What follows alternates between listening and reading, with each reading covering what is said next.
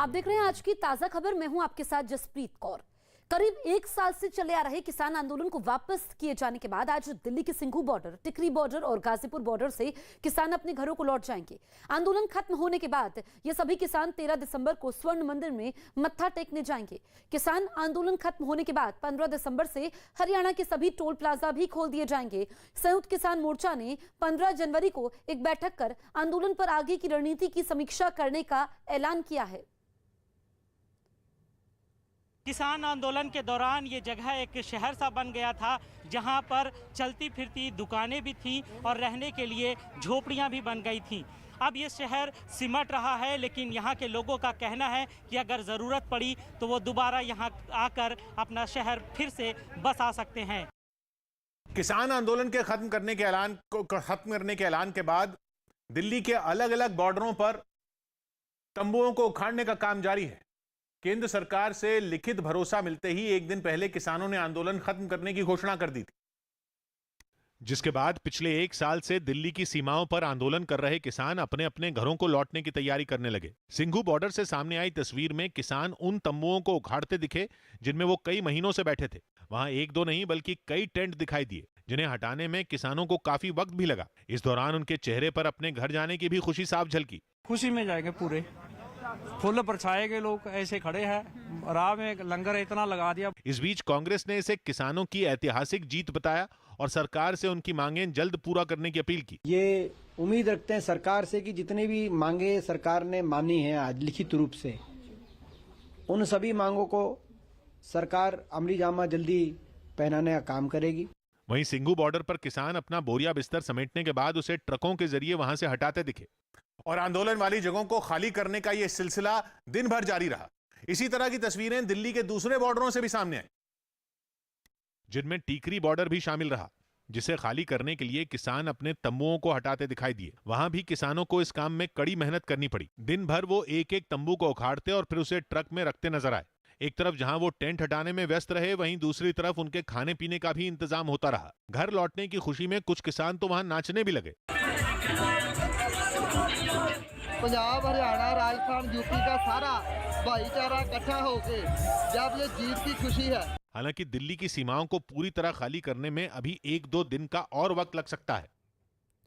आंदोलन वापसी के ऐलान के बाद आंदोलन वाली जगह पर चल रहा लंगर भी बंद हो जाएगा। लंगर चला रहे लोगों का कहना है कि किसानों की वापसी के बाद वो भी चले जाएंगे। यही नहीं, आंदोलन के लिए पंजाब आए कुछ परिवारों ने भी वापस लौटने की तैयारी शुरू कर दी है। हम इस वक्त गुरु का लंगर यहाँ पर है, सिंघू बॉर्डर में ये लंगर लगाया गया है, वहाँ पर हम आए हैं और हमारे साथ बात करने के लिए यहाँ पे जो ऑर्गेनाइज़र है, जो इस पूरे लंगर को चलाते थे और वहाँ काम कर रहे हैं, उनसे बात करना चाहते हैं। क्या आपका क्या नाम है? परमजीत सिंह, नवांशहर से। परमजीत सिंह, आप जी कहाँ से आए हैं, किस जगह से आप हैं? नवांशहर से, जिला नवांशहर, पंजाब से आए हैं। अमृतसर पंजाब से आए हैं। नवा शहर पंजाब के रहने वाले हैं। तो कब से आप यहाँ पर आए हैं और कब से ये सब चल रहा है? यहाँ 26 नवंबर से 2020 से आए हुए हैं जी। उधर का ये लंगर चल रहा है, देर रात चल रहा है। अच्छा, तो कितने लोगों को एक साल से आप लगातार यहाँ लंगर में काम कर रहे हैं, कितने लोगों को आपको अंदाजा कि खाना खिलाया गया होगा? लाखों लोग लंगर छक रहे हैं, दिन रात 24 घंटे लंगर चल रहा है, जब मर्जी आ जाए। क्या आप लोग दिन भर में कितनी वक्त खाने का इंतज़ाम यहाँ लोगों के लिए करते हैं? हमारे इस लंगर जी संत बाबा मान सिंह जी भेवे वाले और संत बाबा मोहन सिंह जी लंगर वाले की तरफ से है। और जिस टाइम के आन के यहाँ पर बैठे हैं 24 घंटे लंगर चलता है, पूरे 24 घंटे लंगर और 24 घंटे चाय और बदाना। तो कितने टाइम में, हर वक्त कभी भी कोई आए उसको खाना चाहे रात को 2 बजे भी आए तभी मिलेगा खाना। हमारे कहीं से खाना नहीं मिलता था ना, तो लोगों को पता था भी यहाँ से खाना मिलेगा। लोगों यहाँ पर भेजते थे भी संत बाबा मान सिंह जी भेवे वाले के लंगरों में चले जाओ, उधर से खाना आपको मिलेगा। तो कितना आपको लगता है कि अंदाज़ा होगा कितने लोगों को आप लोगों ने खाना खिलाया होगा? क्योंकि जो जिस तरह से सामान का इस्तेमाल हुआ होगा उससे एक अंदाज़ा लग सकता है।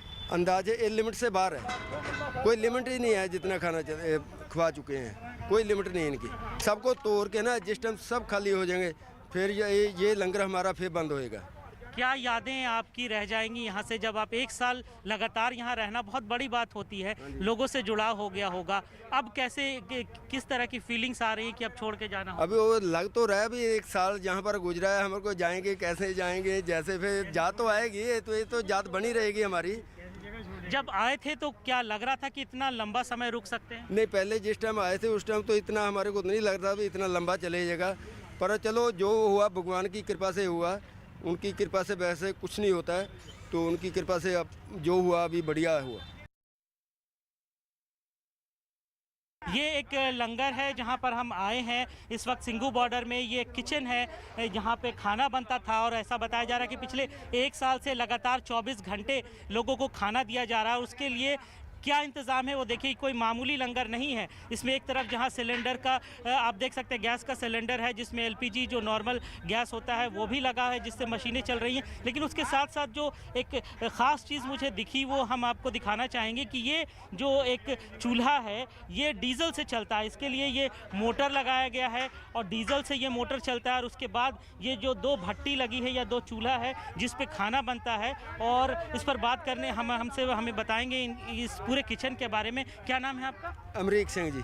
अमरीक सिंह जी, ये जो बड़ा सोफिस्टिकेटेड आप लोगों ने लगाया है, ये कैसे, क्या पहले भी ऐसा करते थे या यहाँ पे हुआ ये? ना यहाँ से नहीं, ये जो पट्टी है ना इसकी, इनके साथ की हमारे पास 100 पट्टी है। भी कहीं भी लंगर लगाना पड़े, बड़ा लंगर लगाना पड़े तो हम जाके तुरंत लगा सकते हैं। जैसे हमारे बाबा जी जिस टाइम उड़ीसा में भूचाल आया था, साइक्लोन आया था, और गुजरात में साइक्लोन आया था, वो 3 महीने उड़ीसा में रहे और 3 महीने गुजरात में रहे। तो जहाँ कहीं भी आपदा आता है, जैसा कि इन्होंने बताया कि उड़ीसा में जब साइक्लोन आया था उस वक्त भी इन लोगों ने काम किया है, और इसके लिए ये एक रेडीमेड तरीका इन्होंने रखा है कि कहीं भी कुछ ऐसी आपदा आती है जहाँ ज़्यादा तादाद में लोगों को खाना खिलाया जाना हो तो वहाँ पर इस भट्टी का इस्तेमाल होता है। पटियाला के एक गांव से ही ये पूरा जो परिवार यहाँ आप देख रहे हैं, सब पटियाला के एक ख़ास गांव से यहाँ आए हुए हैं और एक साथ इसी छत के नीचे रह रहे थे। कब से, आपका नाम क्या है? मेरा नाम है गुरजीत सिंह। गुरजीत जी, आप लोग कब से यहाँ पर हैं पूरे परिवार के साथ? परिवार का तो ऐसा है कि जैसे पूरे गांव से लोग आए हुए हैं, तो पहले तो ड्यूटियाँ लगी हुई थी, इसमें से 10 लड़के चले जाते थे, 10 उनमें से आगे आ जाते थे। बार बार हर महीने की ड्यूटियाँ थी, हफ्ते वीकली तौर पे ड्यूटी थी कि 10 आगे 10 चले गए, 10 आगे 10 चले गए, ताकि मोर्चा कमज़ोर ना पड़े। और भी महिलाएं भी यहाँ पर आई। आमतौर पे महिलाओं का इस तरह से घर छोड़ के आना और इसमें संघर्ष में जुड़ जाना होता नहीं है। कितना मुश्किल था, कैसे आप लोगों ने तय किया यहाँ आना? ਅਸੀਂ ਤਾਂ ਜੀ ਅੱਜ ਪਹਿਲੇ ਵਾਰ ਆਏ ਹਾਂ ਜੀ। ਅੱਜ ਇੱਥੇ ਪਹਿਲਾਂ ਸਾਡੇ ਇੱਥੇ ਦੇ ਨਾਲ ਦੇ ਪੂਰੇ ਸਾਲ ਜਿੱਦਾਂ ਤੋਂ ਸੰਘਰਸ਼ ਸ਼ੁਰੂ ਹੋਇਆ ਉਦੋਂ ਦੇ ਇੱਥੇ ਹੀ ਹਾਂ ਜੀ। ਅਸੀਂ ਅੱਜ ਪਹਿਲੀ ਵਾਰ ਆਏ ਹਾਂ जी। तो यहाँ आते क्या पहले भी कौन था यहाँ पे जो पहले, क्या आप पहले भी कभी यहाँ पे आई हैं? नहीं सर, हम पहली बार आए हैं। हमारे परिवार के सभी लोग वो यहीं पर थे 1 साल से। क्या आप लोगों को डर लगता था, क्योंकि बहुत सारी ऐसी खबरें आती होंगी वायलेंस की और भी बहुत तरह की, तो क्या वायलेंस तो हुआ ही नहीं यहाँ पर। यहाँ पर तो एकता थी, यहाँ पर वायलेंस नहीं था। डर तो बिल्कुल भी नहीं था यहाँ पर। कभी ऐसा लगा कि शायद कहीं कोई वायलेंस हो जाए और फिर कोई किसी तरह का हादसा हो, आपके घर के लोग यहाँ हैं, तो एक खतरा सर? नहीं सर, बिल्कुल भी नहीं। यहाँ पर हम सब ने भी और हमारे घर वालों ने भी बहुत ज़्यादा सिक्योर फील किया है। मतलब डिफरेंट कम्युनिटीज़ के लोग एक साथ यहाँ पर हैं, जो एक मिसाल है पूरी दुनिया के लिए। हाँ। क्या आपको लगता है वापस सब लोग जा रहे हैं यहाँ पे, कुछ लेके जा रहे हैं या बहुत कुछ खोना पड़ा है, क्योंकि काम धंधे पे भी असर पड़ा होगा? कैसे देखते हैं आप इसे? सर, जो सबसे बड़ी बात जो हमने खोया है वो जो हमारे किसान शहीद हुए हैं, सबसे बड़ी बात तो वो है। और तो कुछ नहीं खोया, और तो हम यहाँ से प्यार लेकर जा रहे हैं बस।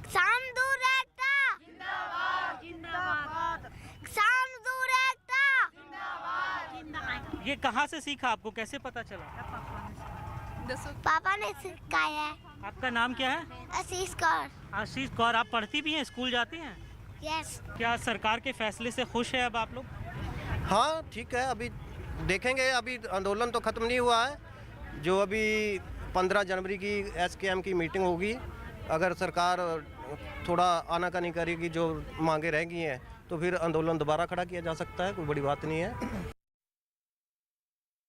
पूरे परिवार को लेके आना, अकेले आना अलग बात होती, पूरे परिवार को यहाँ लेके आ जाना कितना मुश्किल था? क्योंकि मेरा गुरु गोविंद सिंह ही पूरा परिवार लेके आया था, तो मैं पीछे कैसे रह सकता हूँ? मैं उसका सिख हूँ। सिख का मतलब गुरु के पद चरणों पे चलना। सोशली परिवार लेकर आया मैं। तो पिछले 1 साल में क्या ऐसी यादें हैं जो यहाँ से लेकर आप जाएंगे? संघर्ष करना मेरा शौक़ है, मेरे गुरु का शौक़ था, मेरा भी शौक़ है, और यही मुझे मिला है, इसको मैं डीक रहा था। मैंने 2 जॉब नहीं छोड़ी कि संघर्ष करना है, और 60 साल के पहले मुझे ये संघर्ष मिल गया। मैंने रिपीट किया पंजाब की और सिख की हिस्ट्री को कि इस देश के लिए पंजाब और सिख लड़े, अंग्रेज़ों के ख़िलाफ़, मुग़लों के ख़िलाफ़, और जीता। 500 साल से हम लड़ रहे हैं और देश को हर समय हमने आज़ादी दिलाई, और आज भी आज़ादी दिलाई है, आर्थिक आज़ादी। तो आपका परिवार कैसे चल रहा था? खाना पीना, रोज़गार, पैसा कैसे आ रहा था? देखो, रोज़गार हमारा, पीछे जो लोग काम कर रहे थे वो फसल काट रहे थे, वो बो रहे थे, उन्होंने काम किया। लोगों ने, मेरे पंजाब के, मेरे गांव के मेरे किसान थे जो हरप्रीत संधू भी था, और भी लोग थे, जगरूप सिंह, जहाँ और भी गाँव के लोग थे। तो आप शायद इनकी पत्नी हैं, तो आप भी यहाँ साथ में रह रही हैं, आप कुछ बीमार लग रही हैं, ये क्या हुआ आपको? पहले तो मैं बिल्कुल ठीक ठाक थी, अब 1 वीक हो गया, उदों ਦਾ ਮੈਨੂੰ ਫੀਵਰ ਹੋਇਆ, ਸ਼ਿਵਰਿੰਗ ਲੱਗ ਕੇ ਸ਼ਾਇਦ ਡੇਂਗੂ ਬਣ ਗਿਆ, तो मैं ट्रीटमेंट ਹੁਣ ਕਰਵਾ ਰਹੀ ਹਾਂ ਤੇ ਪਹਿਲੇ ਸੇ ਬੈਟਰ ਹੈਗਾ। ਤੇ ਬਿਮਾਰੀਆਂ ਦੀ ਤਾਂ ਕੋਈ ਗੱਲ ਨਹੀਂ ਆ, ਸਿੱਖ ਤੇ ਸੀਸ ਵੀ ਦੀ ਲੋੜ ਪਏ ਤੇ ਸੀਸ ਵੀ ਦੇ ਸਕਦੇ ਆ, ਇਹ ਤੇ ਕੁਝ ਵੀ ਨਹੀਂਗਾ। ये हैं जिनको डेंगू हो गया है, लेकिन इसके बावजूद ये यहाँ पर इस पूरे संघर्ष में मौजूद हैं, और इनका कहना है कि अभी तो ये घर जा रहे हैं, लेकिन अगर ज़रूरत पड़ी तो ये लोग दोबारा भी यहाँ पर आ सकते हैं। किसान आंदोलन खत्म होने के ऐलान से एक तरफ वो लोग खुश हैं जो दिल्ली बॉर्डर के आसपास रहते हैं और काम के सिलसिले में उन्हें रोजाना दिल्ली आना जाना पड़ता है, जबकि इस ऐलान से सिंघू बॉर्डर पर दुकान चला रहे कई लोगों को दुकान बंद होने की चिंता भी सता रही है। ये जो पूरा यहाँ पर आंदोलन चल रहा है पिछले 1 साल से, आप कब से यहाँ पर जुड़े हैं? यहाँ पे शुरू से ही आ गए थे आंदोलन में, ये 26 तारीख आ जाएगी, इसको 13 महीने हो जाएंगे। तो आप ये जो है, ये क्या है, इसमें क्या करते हैं आप, ये क्या है? ये आंखों में दवाई डालते हैं, सेवा करते हैं लोगों की। तो ये आँखों की दवाई है, जो लोग यहाँ पे आंदोलन में आए हुए हैं वो आके आपसे ये दवा लेते थे अगर आँख में प्रॉब्लम होती हो तो? हाँ, दवाई डालते हैं, फिर किससे पैसे लेते हैं, सेवा करते हैं। तो कितने लोग आमतौर पे रोज़ाना आपके पास आते थे? बहुत आदमी आते हैं यहाँ पे, कम तो 20-30 आदमी, 100 आदमी भी आ जाते हैं, बहुत आदमी आते हैं। हम तो सेवा करते हैं, आँख में डालते हैं, लोगों की सेवा करते हैं। तो आपका यहाँ सुबह से शाम तक आप रहते हैं या 24 घंटे? शाम तक रहते हैं। तो आपका खाना पीना क्या यहीं पे लंगर में आप खाते? घर से ले आते हैं, घर से ले आते हैं अपना। पंजाब के अमृतसर में स्वास्थ्य मंत्री ओपी सोनी के घर के बाहर जंग का मैदान बन गया। नेशनल हेल्थ मिशन से जुड़े हजारों लोग तनख्वाह बढ़ाने की मांग लेकर उनके घर के सामने पहुंच गए, जहां उनका सामना पुलिस वालों से हो गया। बैरिकेड लगाकर पहले से पुलिस वाले तैनात थे, जिनसे प्रदर्शनकारियों की धक्का मुक्की शुरू हो गई। धक्का मुक्की भी ऐसी कि बैरिकेड का एक सिरा पुलिस वालों के हाथ में और दूसरा प्रदर्शनकारियों के हाथ में दिखने लगा। कभी पुलिस वाले आगे बढ़ते दिखने लगे, कभी प्रदर्शनकारी पुलिस वालों को धकेलते दिखने लगे। धक्का मुक्की में एक पुलिस वाला तो जमीन पर गिर गया, हालांकि उसे ज्यादा चोट नहीं आई। आखिरकार प्रदर्शनकारियों ने दम लगाया तो बैरिकेडिंग टूट गई और वो आगे बढ़ गए, लेकिन उससे ज्यादा मजबूत एक और बैरिकेडिंग पहले से लगा दी गई थी। लंबे समय से राष्ट्रीय स्वास्थ्य मिशन से जुड़े स्वास्थ्य कर्मी सरकार से तनख्वाह बढ़ाने की मांग कर रहे हैं। बार बार की बैठकों से भी जब नतीजा नहीं निकला तो उन्होंने सड़कों पर उतरकर आंदोलन शुरू कर दिया। काले झंडे लेकर हजारों लोग सड़कों पर उतर आए। प्रदर्शन में शामिल कुछ लोग तो पीपीई किट पहनकर पहुंचे। हम नेशनल हेल्थ मिशन के एम्प्लॉयज हैं कि जो 12,000 के करीब मुलाजिम है, हमारा एम्प्लॉयज हैं जो बहुत ही 10-10, 15-15 हज़ार की तनख्वाह पे काम कर रहे हैं। अपने रोष प्रगट करने के लिए सानू महीना हो गया, हेल्थ मिनिस्टर साहब साडी सुनते नहीं, सानू सुनते नहीं। प्रदर्शनकारियों ने दावा किया कि अगर उनकी मांगे नहीं मानी गई तो आंदोलन और तेज किया जाएगा। पूर्वी उत्तर प्रदेश के किसानों को पीएम नरेंद्र मोदी आज बड़ी सौगात देंगे। पीएम दोपहर करीब 1 बजे उत्तर प्रदेश के बलरामपुर पहुंचेंगे, जहां पीएम सरयू नहर परियोजना का उद्घाटन करेंगे। इस परियोजना से करीब 14 लाख हेक्टेयर जमीन को सिंचाई के लिए पानी मिल पाएगा, जिससे बलरामपुर और गोरखपुर समेत 9 जिलों के करीब 29 लाख किसानों को फायदा पहुंचेगा। पूर्वी उत्तर प्रदेश के किसानों को प्रधानमंत्री नरेंद्र मोदी कुछ घंटों बाद बड़ी सौगात देंगे। प्रधानमंत्री उत्तर प्रदेश के बलरामपुर में सरयू नहर परियोजना का उद्घाटन करेंगे। इस परियोजना से करीब 14 लाख हेक्टेयर जमीन को सिंचाई के लिए पानी मिल सकेगा, जिससे बलरामपुर और गोरखपुर समेत 9 जिलों के करीब 29 लाख किसानों को फायदा होगा। इस प्रोजेक्ट में 5 नदियों सरयू, घाघरा, राप्ती, बाणगंगा और रोहिणी को जोड़ा गया और इसे बनाने में 9,800 करोड़ रुपए की लागत आई। यह परियोजना करीब 4 दशकों से अटकी थी, लेकिन पिछले 4 साल में इसे बनाने के काम में तेजी ला दी गई। कांग्रेस के छात्र संगठन एनएसयूआई के कार्यकर्ताओं पर भुवनेश्वर में पुलिस ने लाठीचार्ज कर दिया। गृह मंत्री को बर्खास्त करने की मांग लेकर एनएसयूआई के छात्र ओडिशा की विधानसभा का घेराव करने के लिए आगे बढ़ रहे थे, लेकिन प्रदर्शनकारियों से निपटने के लिए पुलिस पहले से तैयार थी। दावा है कि प्रदर्शनकारियों ने पुलिस की ओर पत्थर फेंके, जिसके बाद पुलिस ने लाठीचार्ज शुरू कर दिया। एक बार लाठियां चलना शुरू हुई तो चलती ही रहीं। जो भी सामने आया उससे पुलिस वाले पूरा हिसाब बराबर करते दिखने लगे। पुलिस के साथ अर्धसैनिक बल के जवान भी तैनात थे। आगे आगे एनएसयूआई के कार्यकर्ता दौड़ने लगे और पीछे पीछे लाठी लेकर दौड़ते जवान। कुछ लोग सड़क किनारे छुपने की कोशिश करने लगे, लेकिन बचे वो भी नहीं। आसपास की गलियों तक में ढूंढ ढूंढ कर प्रदर्शनकारियों पर लाठियां बरसाई गईं। लेकिन लाठीचार्ज यहीं नहीं रुका, बल्कि एनएसयूआई कार्यकर्ताओं का पीछा करते करते पुलिस के जवान कांग्रेस दफ्तर तक पहुंच गए। दफ्तर में दाखिल होकर प्रदर्शनकारियों की तलाश की गई। दफ्तर में लगे एक टैंक में भी पुलिस के जवानों ने घुसकर तलाशी ली, जिसका कांग्रेस ने विरोध भी किया। कांग्रेस के छात्र संगठन का यह प्रदर्शन ममिता मेहर हत्याकांड से जुड़ा है, जिस पर राज्य में कई दिनों से हंगामा मचा है। विपक्ष ओडिशा के गृह राज्य मंत्री पर ममिता मेहर नाम की एक टीचर की हत्या के आरोपी को बचाने का आरोप लगा रहा है, जिसके विरोध में बीजेपी और कांग्रेस नवीन पटनायक सरकार को घेरने में लगे हैं। इसी मुद्दे पर एनएसयूआई ने विधानसभा के घेराव की कोशिश की और सड़कों पर जख्मी एनएसयूआई कार्यकर्ता दिखने लगे। एक बुरी तरह से जख्मी युवक को तो पुलिस वाले खुद ले जाते हुए दिखे, जबकि एक लड़के के सिर में चोट लगने के बाद उसे उसके साथी बचाकर ले जाते हुए दिखाई दिए। आरोप है कि प्रदर्शनकारियों ने पुलिस वालों पर अंडे और टमाटर फेंके। सड़क पर कुछ अंडे और टमाटर गिरे हुए भी दिखाई दिए। दूसरी तरफ वीडियो में कुछ प्रदर्शनकारी पुलिस वालों की तरफ कुछ फेंकते हुए भी दिखे। लेकिन कांग्रेस का आरोप है कि उनका प्रदर्शन तो शांतिपूर्ण था, लेकिन फिर भी पुलिस ने उनकी आवाज दबाने के लिए लाठीचार्ज कर दिया। इसी का विरोध करने के लिए बाद में कई प्रदर्शनकारी सड़क पर ही बैठ गए, लेकिन हालात पर काबू पाने के लिए पुलिस ने कई प्रदर्शनकारियों को हिरासत में ले लिया। तमिलनाडु में हेलीकॉप्टर हादसे में शहीद हुए विंग कमांडर पृथ्वी सिंह चौहान का आज अंतिम विदाई दी जाएगी। विंग कमांडर पृथ्वी सिंह चौहान के पार्थिव शरीर की पहचान के बाद आगरा लाया जाएगा और उसके बाद उन्हें श्रद्धांजलि दी जाएगी। उत्तर प्रदेश के मुख्यमंत्री योगी आदित्यनाथ ने शहीद के परिवार वालों को 50 लाख रुपए की आर्थिक मदद और परिवार के एक मेंबर को सरकारी नौकरी देने का भी ऐलान किया है। देश के पहले सीडीएस जनरल बिपिन रावत पंचतत्व में विलीन हो गए। सैनिक सम्मान के साथ दिल्ली के बराड़ स्क्वायर के शमशान घाट में उनका अंतिम संस्कार किया गया, जहां उनके अंतिम दर्शन के लिए लोगों का हुजूम उमड़ पड़ा। तोपों की ध्वनि ने लोगों के रोंगटे खड़े कर दिए। 17 तोपों की सलामी के साथ जनरल को आखिरी विदाई दी गई। एक तरफ तोपों से गोले दागे जा रहे थे और दूसरी तरफ जनरल की बेटी उन्हें मुखाग्नि दे रही थी। जनरल रावत की विदाई ने केवल उनके परिवार या सेना के लोगों को नहीं, बल्कि आम लोगों को भी भावुक कर दिया। शमशान घाट के बाहर ऐसे लोगों की भारी भीड़ जमा हो गई जो केवल उनके पार्थिव शरीर की आखिरी झलक पाने के लिए पहुंचे और बस नारे ही लगाते रहे।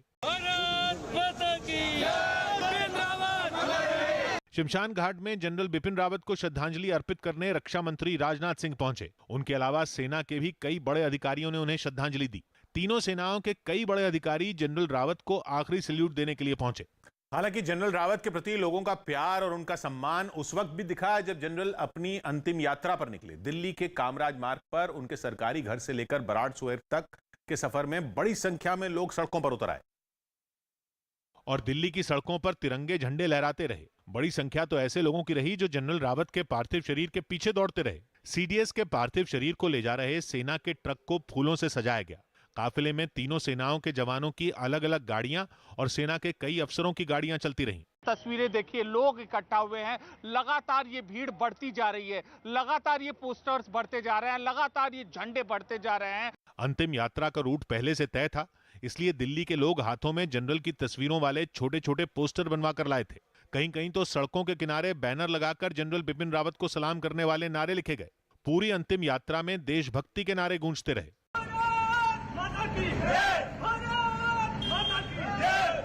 जनरल रावत का यह सफर उनके घर से शुरू हुआ, जहां कुछ घंटों के लिए लोगों को अंतिम दर्शन का मौका दिया गया था। लेकिन उनके घर के बाहर भी लोगों का इतना बड़ा हुजूम जमा हो गया कि सुरक्षा एजेंसियों के लिए भीड़ को संभालना ही एक चुनौती बन गया। क्योंकि जैसे ही जनरल रावत का पार्थिव शरीर उनके घर पहुंचने की खबर लोगों को पता चली, लोगों की भीड़ उनके घर पहुंचने लगी। सबसे पहले गृह मंत्री अमित शाह ने जनरल बिपिन रावत और उनकी पत्नी मधुलिका रावत को श्रद्धांजलि दी। इसके बाद गृह मंत्री काफी देर तक जनरल के परिवार से बातचीत करते रहे। बड़े नेताओं, मंत्रियों, मुख्यमंत्रियों, समाज सेवियों, सेना के अधिकारियों और न्यायपालिका से जुड़ी वीवीआईपी हस्तियों के पहुंचने का सिलसिला चलता रहा। तय वक्त पर अंतिम दर्शन रोक दिए गए। जनरल रावत और उनकी पत्नी का पार्थिव शरीर लेकर सेना के जवान फूलों से सजे एक ट्रक की तरफ बढ़ने लगे। देशभक्ति के नारे गूंजने लगे।